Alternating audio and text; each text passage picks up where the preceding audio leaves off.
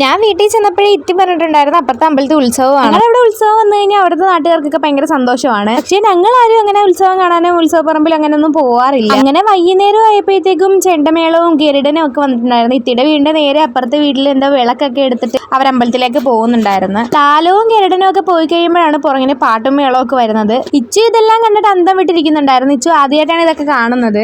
ബോക്സും വണ്ടിയൊക്കെ നേരെ അമ്മുന്റെ വീടിന്റെ വാതിക്കലായിരുന്നു കൊണ്ട് നിർത്തിയത്. അതുകൊണ്ട് ഞങ്ങൾക്ക് നല്ലോണം കാണാനൊക്കെ പറ്റിയിട്ടുണ്ടായിരുന്നു. വാതിക്ക് തന്നെ പാട്ടൊക്കെ ഇട്ട് കുറെ പിള്ളേർ ഇന്ന് തുള്ളുന്നുണ്ടായിരുന്നു. അതിന്റെ കൂടെ ഇച്ചു ഹെനായും ഭയങ്കര തുള്ളലായിരുന്നു. അവർക്കൊക്കെ ഇങ്ങനെ പാട്ടൊക്കെ ഭയങ്കര ഇഷ്ടമാണ്. നല്ല രസമുണ്ടായിരുന്നു പരിപാടി കാണാനായിട്ട്.